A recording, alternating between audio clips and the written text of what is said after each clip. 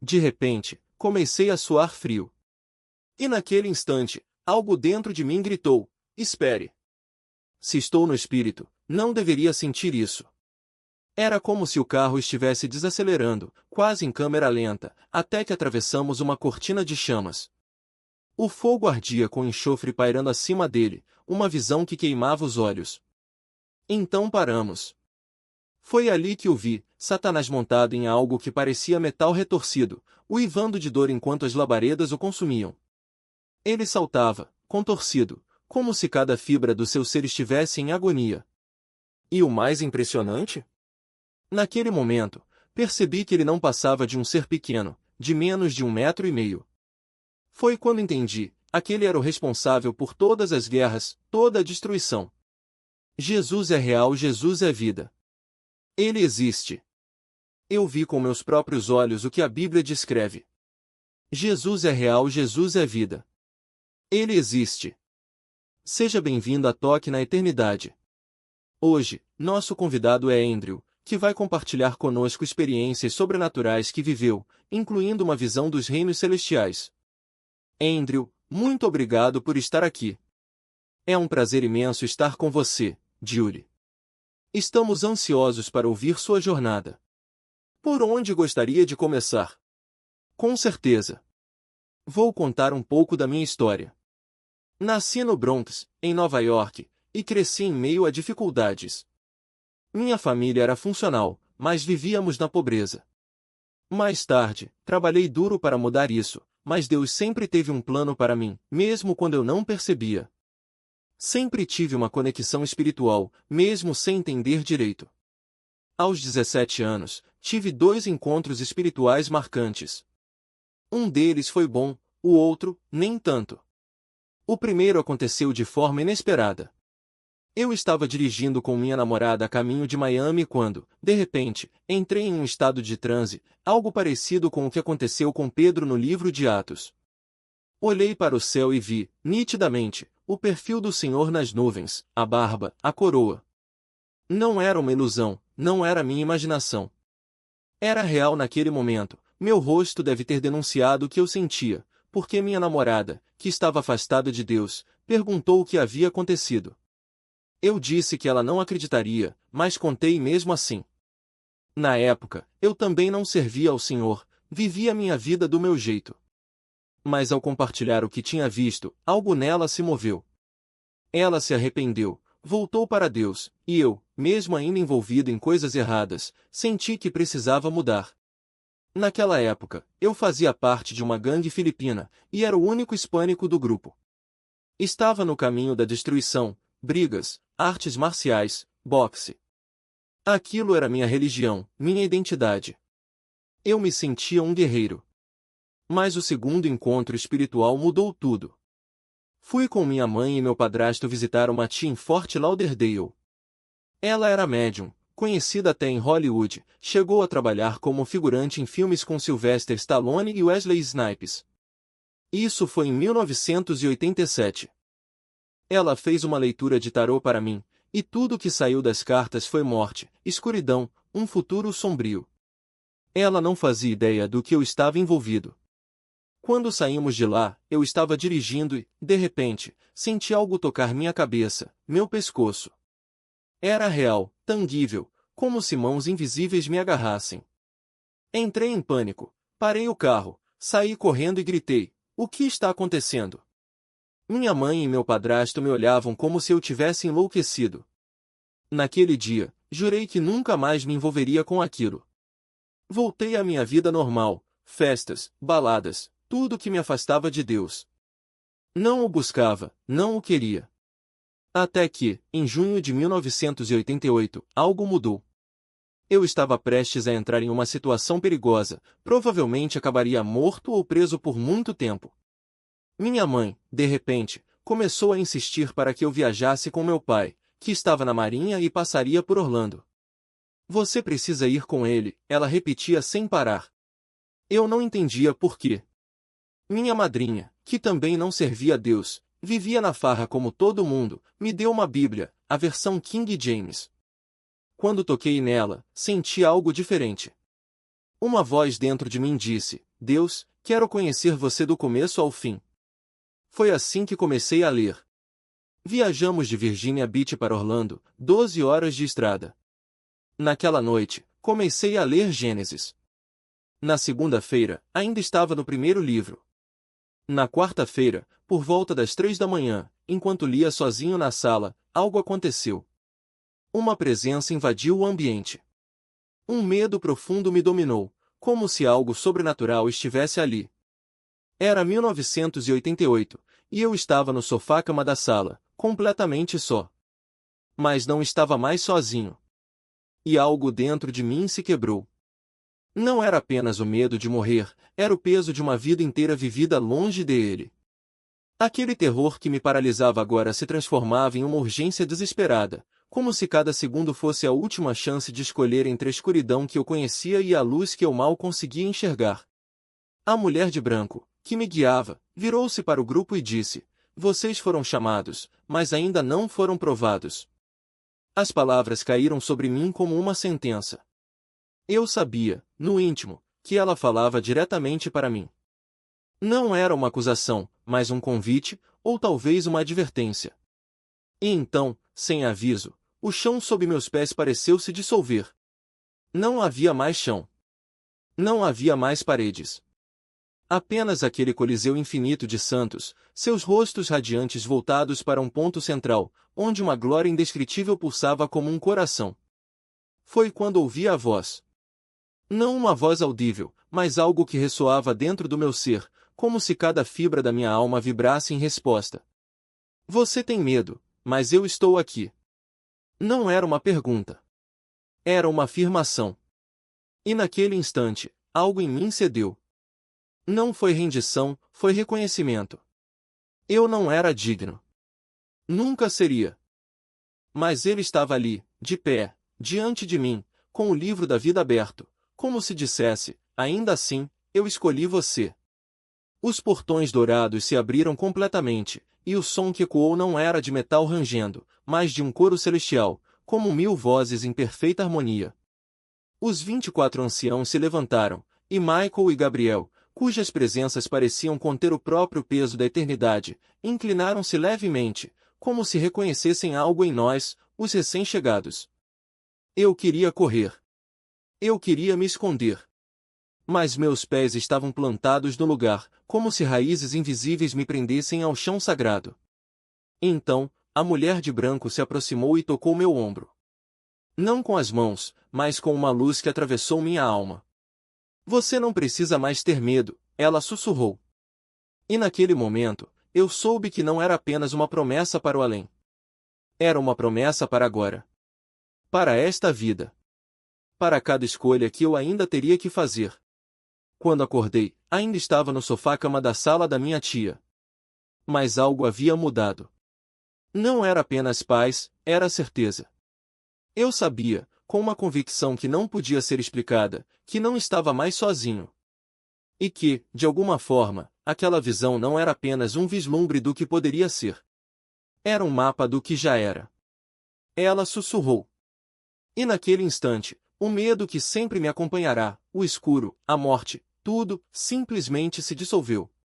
Não foi uma mudança gradual, mas um rompimento. Como se, em um piscar de olhos, algo dentro de mim tivesse sido reescrito. Eu estava ali, sentado, quando o tempo pareceu se fragmentar. Um segundo se esticou em eternidade, e naquele átimo de hesitação, será que consegui? A dúvida tentou se infiltrar. Mas antes que pudesse se enraizar, uma voz ecoou. Não uma, mas 24. 24 vozes que me chamavam pelo nome, claras como o amanhecer. E eu caminhei. Não era um sonho. Não era imaginação. Quando cheguei à frente, me entregaram algo tangível, um certificado, como aqueles que se recebem no mundo real. Fui batizado, pensei, aturdido. Mas não era apenas água sobre a cabeça. Era algo mais profundo, como se cada gota tivesse lavado não só o corpo, mas a própria história que eu carregava. A mulher sorriu e disse: Venha, siga-me. E eu fui. Como uma criança, saltitando, o coração transbordando de uma alegria que não cabia no peito. Consegui. Eu consegui. De repente, o cenário mudou. A colônia, as pessoas, tudo se desfez como névoa ao sol. E então estávamos ali, em um espaço que não era um trem, mas se movia como um. Sem bancos, sem corrimãos, apenas paredes nuas e 3 janelas imensas, cada uma do tamanho de uma porta. Eu me encostei na parede dos fundos, segurando o certificado contra o peito, murmurando: "Obrigado, Senhor. Obrigado por me salvar." Foi então que senti o suor escorrendo pelas têmporas. Um calor úmido, real demais. Espere, pensei, estou no espírito. Não deveria sentir isso. Mas a verdade era inegável, algo estava errado. A mulher que nos guiava conversava com outro santo perto das janelas. Toquei seu ombro. "O que está acontecendo?" Ela se virou, o rosto sério. "Estamos nos aproximando do Lago de Fogo." O medo me atravessou como um raio. Não o medo da escuridão, não o medo da morte, mas o temor do Senhor, puro, avassalador. Todos ao redor emudeceram. O silêncio era tão denso que eu podia ouvir o crepitar das chamas antes mesmo de vê-las. O movimento desacelerou, como se o tempo tivesse engrossado. Primeiro, só o som, um rugido distante, como um oceano de brasas. Depois, as primeiras labaredas surgiram, dançando no horizonte. Então, enxofre suspenso no ar, flutuando como brasas vivas. E, por fim, nós paramos. Ali, no centro de tudo, estava ele. Satanás. Não o monstro das lendas, não a figura grotesca dos filmes, mas um ser pequeno, não mais alto que um menino de 14 anos, contorcendo-se em agonia sobre as pedras incandescentes. Seus gritos eram de dor, mas também de incredulidade. "É este o homem que fez a terra tremer", as palavras de Isaías ecoaram na minha mente. "É este que abalou reinos?" Sim. Era ele. O mesmo que havia semeado guerras, ódio, destruição. E agora, ali, queimava. De repente, tudo desapareceu. Eu estava sozinho com o Senhor, diante de um portal que se abria como uma ferida no céu. Do outro lado, meu irmão mais velho, David, com sua esposa e filhos. A voz de Deus ressoou, clara e inconfundível: "Vá. Pregue o meu evangelho a todas as nações. Faça discípulos. Cumpra a grande comissão." E então, eu nasci de novo. Não foi uma metáfora. Não foi um sentimento. Foi um renascimento literal. Acordei e corri para o quarto do meu primo. Pulei na cama, sacudindo-o pelos ombros. "Michael! Jesus é real. Ele é real. Eu vi o céu, eu vi o inferno, eu vi o diabo queimando." Ele me olhou, sonolento, sem entender. Mas eu não podia parar. Fui até a cozinha, onde minha tia preparava o chá, e gritei: "Tia! Jesus é real. Eu vi tudo." Minha voz tremia, não de medo, mas de urgência. Eu precisava contar. Precisava que alguém soubesse. Eles acharam que eu tinha enlouquecido. Mas eu sabia. Sabia com uma certeza que queimava mais forte que o fogo que eu tinha visto. E então, pela primeira vez, ouvi a voz do inimigo, não como um sussurro interno, mas como uma presença física, áspera, cortante: "Calhe a boca. Isso foi só um sonho idiota. Não conte para ninguém." Foi naquele momento que entendi: se o diabo estava tão desesperado para me silenciar, era porque eu tinha visto a verdade.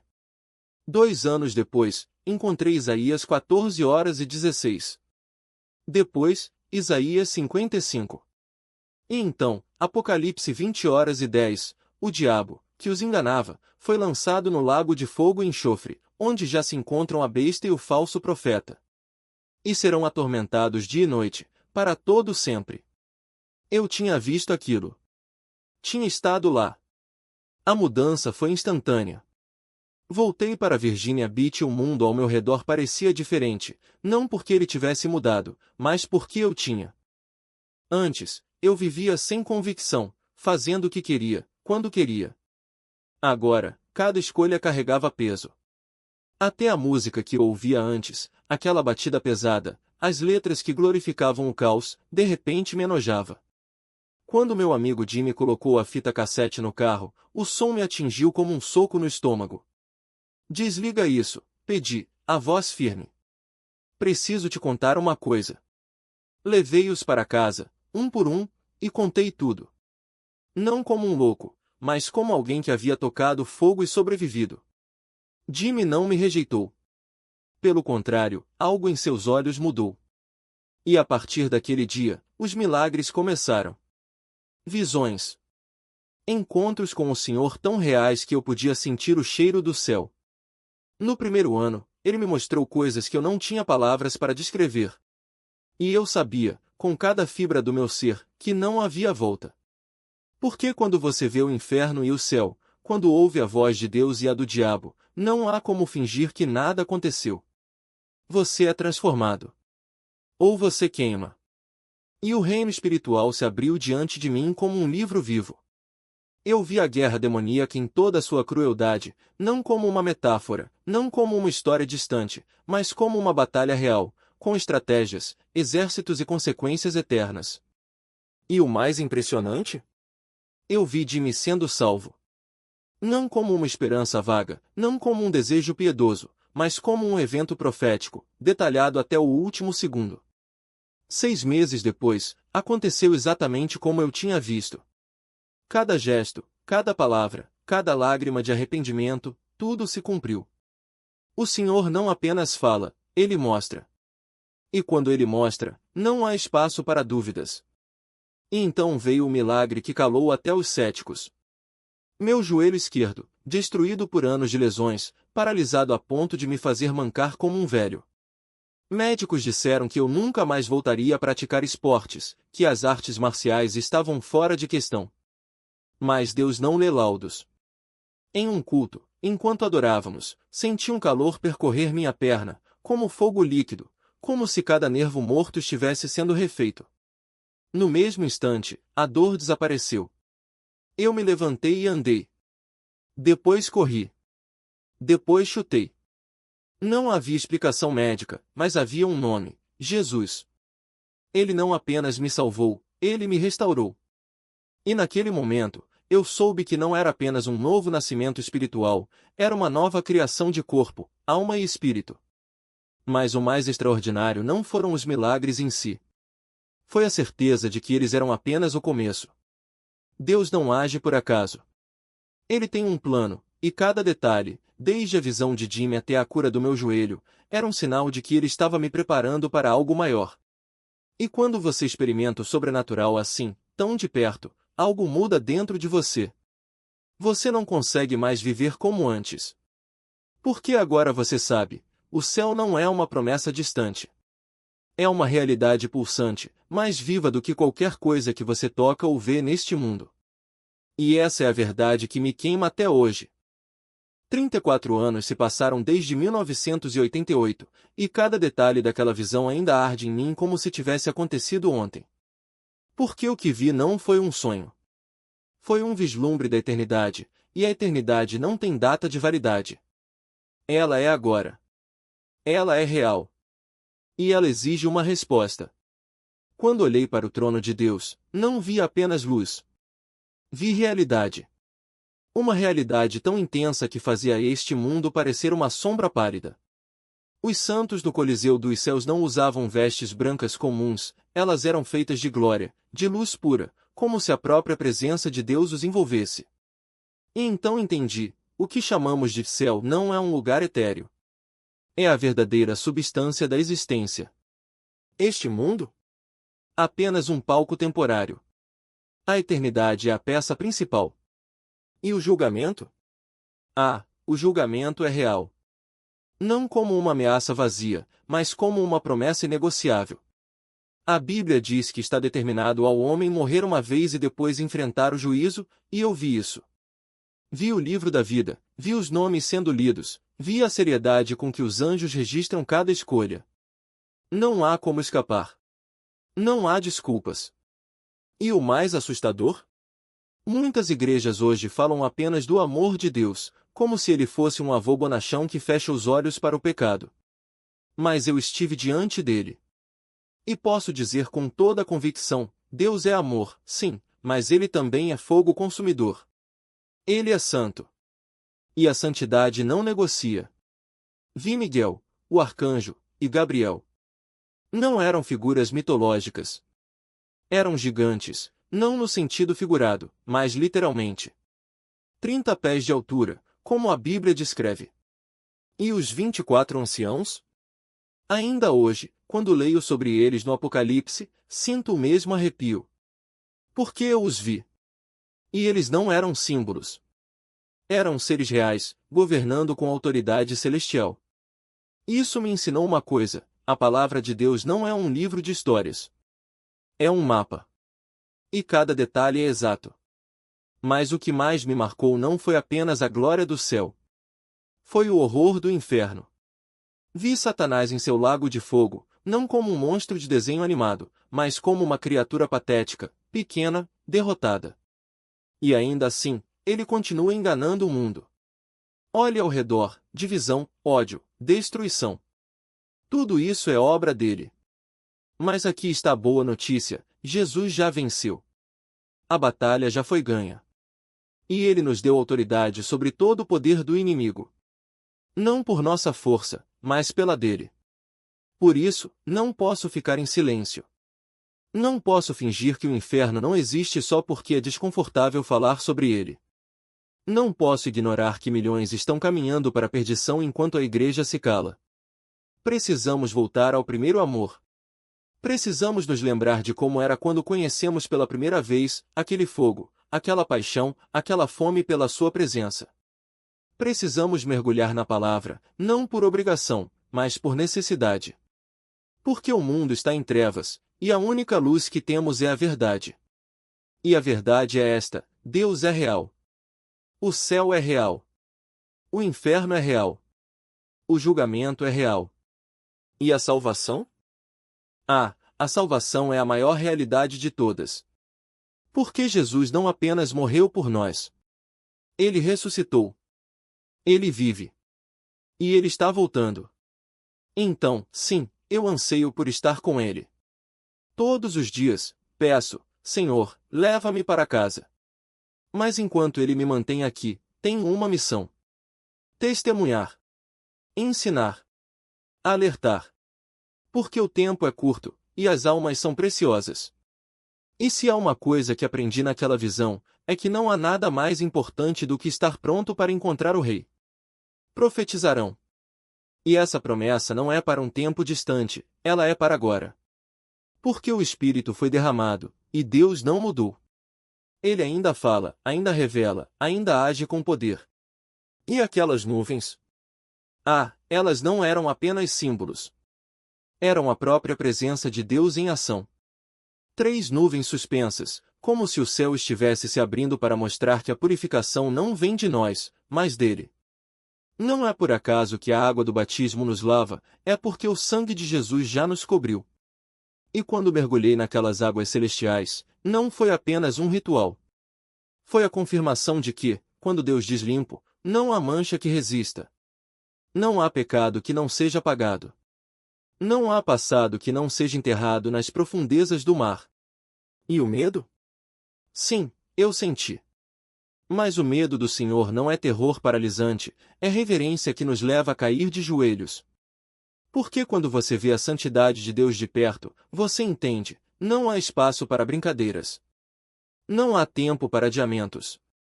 Ou você se rende completamente, ou você se perde completamente. E eu não queria me perder. Ainda não quero. Porque o livro da vida não é uma metáfora. É um registro eterno. E quando o Senhor o abriu diante de mim, eu soube: não era apenas o meu nome que estava ali. Era a prova de que ele me conhecia antes de eu existir. Que ele me escolheu antes da fundação do mundo. Que cada lágrima, cada luta, cada vitória já estava escrita em seu coração. E se o meu nome estava ali, era porque o Cordeiro já havia pago o preço. Mas e os outros livros? Os livros das obras? Esses não foram mostrados a mim naquela visão. Mas eu sei o que a palavra diz, e vi os mortos, grandes e pequenos, em pé diante do trono, e livros foram abertos. Outro livro foi aberto, que é o livro da vida. Os mortos foram julgados de acordo com o que tinham feito, segundo o que estava registrado nos livros. Apocalipse 20:12. Isso não é teoria. Não é interpretação. É realidade. E se há algo que aprendi em cada visão, em cada encontro com o Senhor, é que ele não brinca com palavras. Quando ele diz julgamento, ele não está exagerando. Quando ele diz vida eterna, ele não está sendo poético. Por isso, eu não posso, e não quero, ficar em silêncio.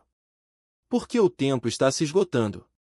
As portas ainda estão abertas, mas elas não ficarão assim para sempre. E se há uma coisa que essas visões me ensinaram, é que Deus não nos dá revelações para nosso entretenimento. Ele nos mostra a verdade para que a vivamos. Para que a proclamemos. Para que, quando ele voltar, não sejamos pegos de surpresa. Então, sim, eu vi as nuvens. Vi o livro. Vi o fogo que consome e a água que purifica. Mas mais do que tudo, eu vi o amor de um Deus que, mesmo sabendo de cada falha minha, ainda assim escolheu escrever meu nome em seu livro. E se ele fez isso por mim, ele pode fazer por qualquer um. Inclusive por você. A pergunta não é, será que Deus me aceitaria? A pergunta é, estou disposto a me render? Porque ele já disse sim. Agora, a resposta é sua. O mundo me ensinou a buscar poder, mas não o verdadeiro. Eu meditava, canalizava forças, acreditava que a força vinha de mim até que descobri que toda a força vem dele. E quando ele me mostrou o futuro, não foi para me assustar, mas para me lembrar, isto aqui é passageiro. As lutas, as dores, até as vitórias vazias que eu perseguia, nada disso se compara ao que está por vir. Você já parou para pensar que esta vida é apenas um ensaio? Um treino para a eternidade? Paulo disse que os sofrimentos deste tempo não são dignos de serem comparados com a glória que há de ser revelada. E eu vi isso. Vi a realidade por trás do véu. Vi que, mesmo nos meus piores dias, quando a dúvida sussurra, quando a carne reclama, quando o coração se cansa ainda assim, o céu está mais perto do que imaginamos. Por que Deus não nos chamou para vivermos presos ao que é temporário? Ele nos chamou para fixarmos os olhos no que é eterno. E foi exatamente isso que ele fez comigo. No primeiro ano, eu devorei a palavra como quem descobre um tesouro escondido. Cada página era um espelho, ali estava eu, ali estava o que ele já sabia de mim, ali estava o que ele prometia transformar. E quando cheguei ao livro de Joel e li sobre os jovens que teriam visões, foi como se o céu confirmasse, sim, foi isso que eu fiz por você. E farei por qualquer um que se render. Mas Deus não parou por aí. Ele me deu uma guitarra, sim, uma guitarra mesmo eu sendo um rapper do Bronx, criado no hip hop, com um ritmo no sangue e a rebeldia na alma. Ele sabia que meu pai tocava, que meu avô tocava, que meu primo compunha para os maiores nomes da adoração. Ele sabia antes de mim. E quando peguei aquele instrumento, não foi por talento, foi por obediência. Em menos de 2 meses, eu já estava liderando louvor em uma igreja hispânica, cantando e tocando como se sempre tivesse feito aquilo. Não foi esforço. Foi graça. Foi o mesmo Deus que transformou um pescador em apóstolo, um perseguidor em missionário, um homem quebrado em adorador. E sabe o que mais? Não havia espaço para orgulho. Porque quando você entende que está diante do Criador do Universo, não há plateia grande o suficiente para inflar seu ego. Se ele se abaixou para lavar os pés de homens sujos e imperfeitos, quem sou eu para achar que liderar um culto é algo grandioso? É serviço. É privilégio. É a chance de dizer ao mundo, olhem para ele, não para mim. Nos últimos 34 anos, essa tem sido a minha missão. Não uma missão de fama, mas de unidade. De ver a igreja como ele a vê, um só corpo, uma só voz, um só amor. Fui usado em evangelismos nas ruas, em cultos com milhares, em encontros íntimos onde uma única vida se rendeu. Toquei em igrejas de diferentes nações, fiz amizade com missionários que deixaram tudo para levar o evangelho aos confins da terra. E em cada lugar, a mensagem era a mesma: Jesus é real. E ele está voltando. Mas o mais lindo não são os palcos, nem os milagres, nem as multidões. É saber que, no fim, não importa se você liderou um coral ou varreu o chão da igreja. O que importa é se você viveu com os olhos no céu. Se você amou como ele amou. Se você perdoou como ele perdoou. Se, no meio das tempestades, você escolheu confiar porque esta não é a nossa casa. E se hoje você está quebrado, cansado, ou até mesmo duvidando, saiba de uma coisa: Deus não te escolheu porque você era perfeito. Ele te escolheu porque te ama. E se ele pôde transformar um lutador que buscava poder nas trevas em um adorador que encontra força na luz, ele pode fazer o mesmo por você. A pergunta não é: será que ele me aceita? A pergunta é: estou disposto a deixar ele me transformar? Porque o convite já foi feito. A porta está aberta. E o céu? O céu está esperando. Trabalhando incansavelmente, e agora é hora de respirar fundo e deixar que o Senhor renove suas forças. Pai, eu peço que cada palavra que sai dessa plataforma, cada testemunho compartilhado, cada vida tocada, seja como semente lançada em solo fértil. Que o fruto seja multiplicado além do que eles podem imaginar. Que o inimigo não tenha espaço para roubar, matar ou destruir o que tu começaste neles. E que, acima de tudo, eles continuem a andar na autoridade que tu lhes deste, sem medo, sem hesitação, porque o Senhor já venceu. Eu oro também por cada pessoa que está ouvindo isso agora. Que aqueles que estão no vale da dúvida sintam o teu amor os envolvendo. Que aqueles que estão exaustos encontrem descanso em tuas promessas. E que aqueles que ainda não te conhecem, mas estão buscando respostas, tenham seus olhos abertos para a verdade que liberta. Porque, Pai, não é sobre nós. É sobre o teu nome ser glorificado. É sobre o teu reino avançar. E é sobre vidas sendo transformadas pelo poder do teu Espírito. Eu declaro, em nome de Jesus, que cada corrente será quebrada, cada mentira será exposta, e cada coração será sarado. Que a unção sobre essa obra cresça, que a influência dela se espalhe como fogo, e que nada nem ninguém possa detê-la. Porque o Senhor é fiel, e o que ele começou, ele completará. Eu abençoo Julie e Dave com saúde, com provisão, com sabedoria e, acima de tudo, com uma intimidade ainda mais profunda contigo. Que eles ouçam a tua voz com clareza, que andem em teus caminhos sem desviar, e que nunca percam de vista o chamado que tu colocaste em suas vidas. E a todos que estão nos assistindo, se você ainda não entregou sua vida a Jesus, hoje é o dia. Não espere mais. O tempo é agora. A porta está aberta, e o Senhor está de braços estendidos, esperando por você. Não importa o que você fez, não importa onde esteve, Ele te ama. E esse amor é capaz de transformar tudo. Que a paz do Senhor, que excede todo entendimento, guarde seus corações e mentes em Cristo Jesus. Amém. Em meio a tantas demandas, tantas responsabilidades e tantos desafios que se multiplicam a cada dia, Senhor, eu te peço, sopra sobre eles um vento fresco de renovação. Que o teu Espírito traga alívio onde há cansaço, clareza onde há confusão e força onde há fraqueza. Não permita que o peso das obrigações roube deles a alegria de servir-te, nem que a correria do mundo os distraia do propósito que tu mesmo plantaste em seus corações. Pai, tu conheces cada necessidade antes mesmo que eles a pronunciem.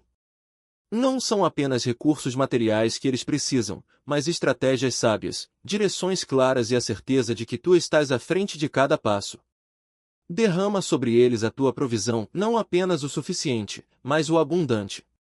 Abre portas que nenhum homem pode fechar, levanta aliados que nenhum plano maligno pode deter e provê soluções que só a tua sabedoria pode conceber.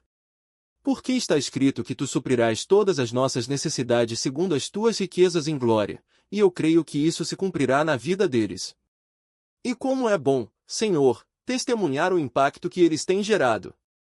Quantas vidas foram transformadas pelo amor que flui através deles, quantos corações foram curados pelas palavras que saem de suas bocas, quantas famílias foram restauradas pelo exemplo que eles carregam. Eles são uma bênção, e eu te agradeço por cada vida que eles tocaram. Que tu continues a multiplicar o que eles semearam, para que o fruto do seu trabalho permaneça muito além dos dias que vivemos. Que o teu amor os envolva como um manto, os proteja como um escudo e os impulsione como um vento favorável. Que eles sintam, a cada manhã, a tua presença renovando suas forças, a tua paz acalmando suas ansiedades e a tua alegria enchendo seus corações. E que, ao final de cada dia, possam deitar a cabeça no travesseiro com a certeza de que servem a um Deus que nunca os abandona, nunca os decepciona e nunca deixa de agir em favor daqueles que o buscam. Em nome de Jesus, o nosso Senhor e Salvador, nós te agradecemos, te louvamos e descansamos na tua fidelidade. Amém. Amém. Amém. Amém.